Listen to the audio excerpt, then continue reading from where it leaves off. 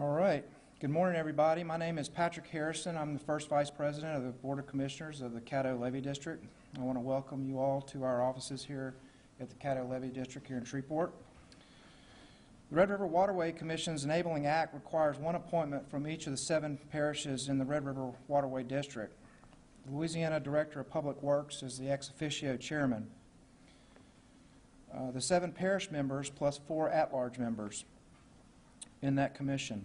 By statute, parish vacancies on the commission are to be selected by the governor from the names submitted by the parish police jury, which is now the Caddo Parish Commission, the Caddo Levee District, and the Red River Valley Association. Former longtime Red River Waterway Commissioner Mickey Prestridge died earlier this year. Mr. Prestridge was a Red River Valley Association board member properly appointed years ago to represent Caddo Parish and its parish member on the commission.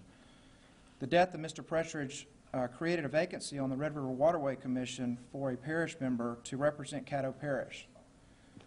Pursuant to establish the statutory procedure, Ms. Carolyn Prater, a long-term and highly respected member of the Board of Commissioners of the Caddo Levee District, was timely and properly designated by the Caddo Levee District, Caddo Parish Commission, and the Red River Valley Association to be the sole named nominee submitted by the 3 political entities for the governor to appoint to fill the vacancy as parish member for Caddo Parish. However, through a series of acts by Governor Edwards and/or his office, Mr. Ronald Latier, a Shreveport attorney, was instead appointed without nominations from any of the 3 entities by Governor Edwards as the parish member to represent the parish of Caddo.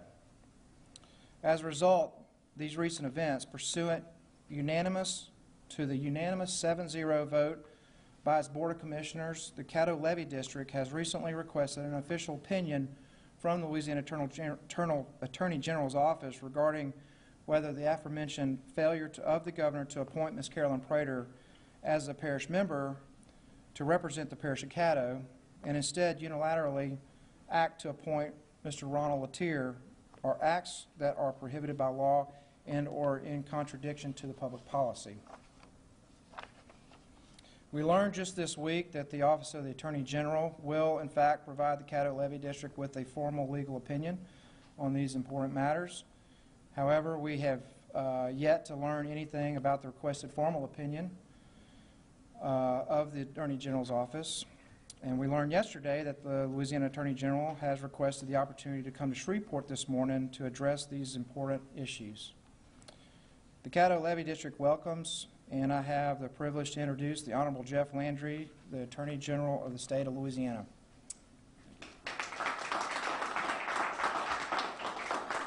Thank you, Patrick. I certainly appreciate and recognize those members of the legislature, Dodie Horton, Alan Seabaugh, and Raymond Cruz, who are here today. In addition to the opinion request that we received from the Caddo Levee District, we also received a very similar request from Senator Barrow Peacock and Senator Greg Tarver. You know, it's important to understand that the work of the Caddo Levee District is critical to protecting over 30,000 people and over 200,000 acres of land from floodwaters. Another vital state entity, of course, is the Red River Waterway Commission, which is comprised, as Patrick said earlier, of 1 member from the following parishes: Caddo, Bossier, Red River, Natchitoches, Grant, Rapides, and Avoyelles, plus 4 at-large commissioners. By statute, the parish members of this commission are appointed by the governor, but it is from a list of nominees submitted to him by the police jury of each respective parish, the governing body of each levee district situated wholly or in part in the district, and the Red River Valley Association. Each of those entities separately nominates 1 person, and from the list of nominees, the governor appoints the member to the commission. As Commissioner Harrison said, he and the Caddo Levee District recently requested an Attorney General opinion concerning the procedures for filling vacancies on the board, as well as the validity of recent appointments to the board. Today I'm here in Northwest Louisiana to release the opinion and give a brief explanation of applicable law.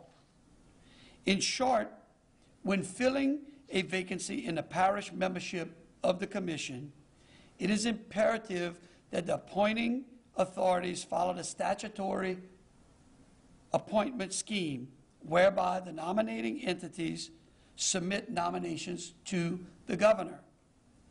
And then the governor appoints from among the nominees submitted to him. Any member appointed contrary holds the office unlawfully and is subject to challenge. It is important to know the critical nature of the nomination component for filling vacancies on a commission is reinforced by the Louisiana Revised Statute 34, which provides that even if one of the nominating bodies cease to exist or function, the governor must nonetheless fill the vacancy on a commission from among the nominees of the remaining bodies entitled to make the nomination. Nothing in the statute, however, authorizes the governor to ignore the nominations of the local entities and proceed in disregard of the nominating requirements. In fact, unless the nominating entities present one or more nominees for appointment and the governor appoints a member to fill the vacancy from among those nominees, the appointment cannot be regarded as lawful, and the candidate so appointed cannot be said to be lawfully holding the office. Now, while much has been said about the way the governor has handled the Red River Waterway Commission appointment following the death of Mickey, I believe that it's really about the rule of law and the fairness to this area. The law must always be followed, and even and especially in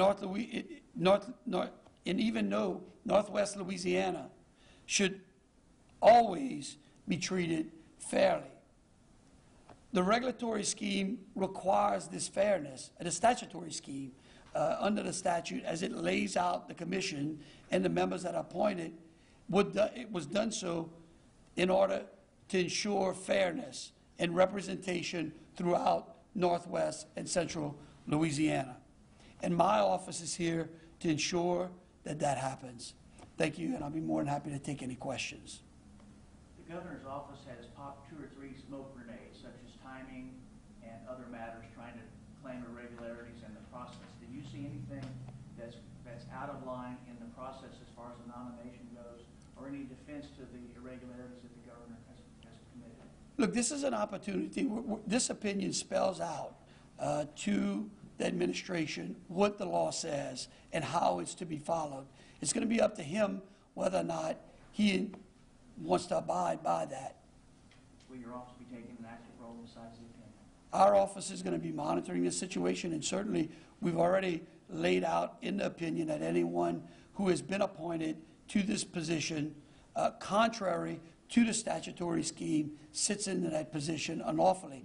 And again, it calls into question the actions that the commission takes during that period of time while that person unlawfully remains in that seat. I'm joined today by Angelique Frio, who is the director of our civil division, and Tom Jones, who actually wrote the opinion. Thank you. Any other questions? Yes, ma'am. Thank you for being here. It means so much to all of us, and for you always standing by the rule of law. So I just want to ask you, so does the governor have a choice to follow the law or not? The governor always, you always have a choice on whether or not you follow the rule of law. You're right, but he does. Look, what we're hoping is that this gives the governor and them the understanding of what the statute spells out. You know, maybe someone in that office didn't quite understand that. This is an effort to remedy this situation and ensure that we protect Northwest Louisiana's representation on this very important commission. A mandamus is possible, though. There are a lot of possibilities. The governor could act. Yes, ma'am. What happens if the governor refuses to accept your opinion? What is the next step? Well, I mean, look, we would hope that he would recognize what the statute spells out. And again, I want you to understand, I'm here ensuring that we're going to protect Northwest Louisiana's representation on this commission, and we're prepared to take whatever action is necessary in order to facilitate that. So what's the next step for the three entities that made the, recommendation if he does not follow this? Well, the entities have actually, they've taken their responsibility. They've proceeded with forwarding the names to the governor.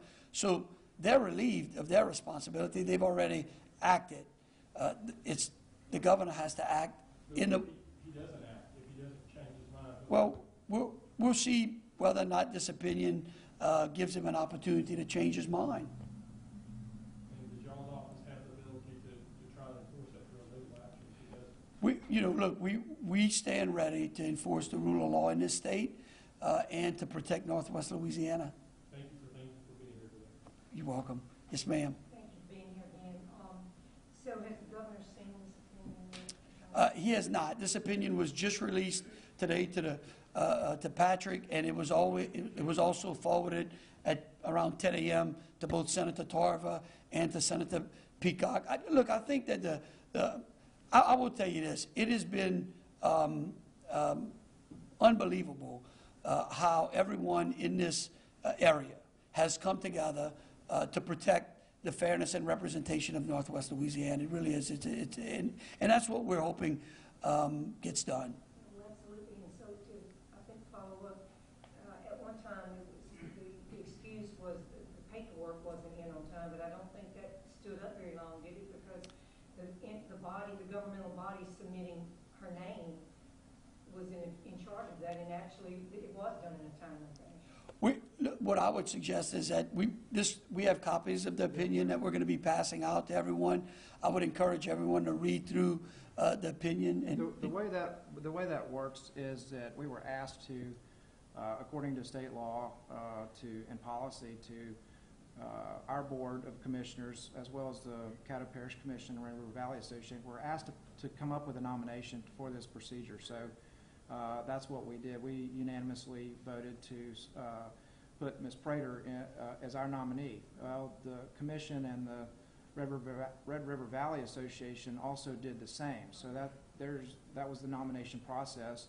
And you have to understand that we have monthly board meetings, and so do all the other agencies. So we did that as soon as we had it on our agenda and to protocol. We made the nomination and sent that in, the resolution. So as far as we are concerned, everything was followed in proper protocol. all right. So, General, Last question. So was this not, this particular seat, an at-large seat?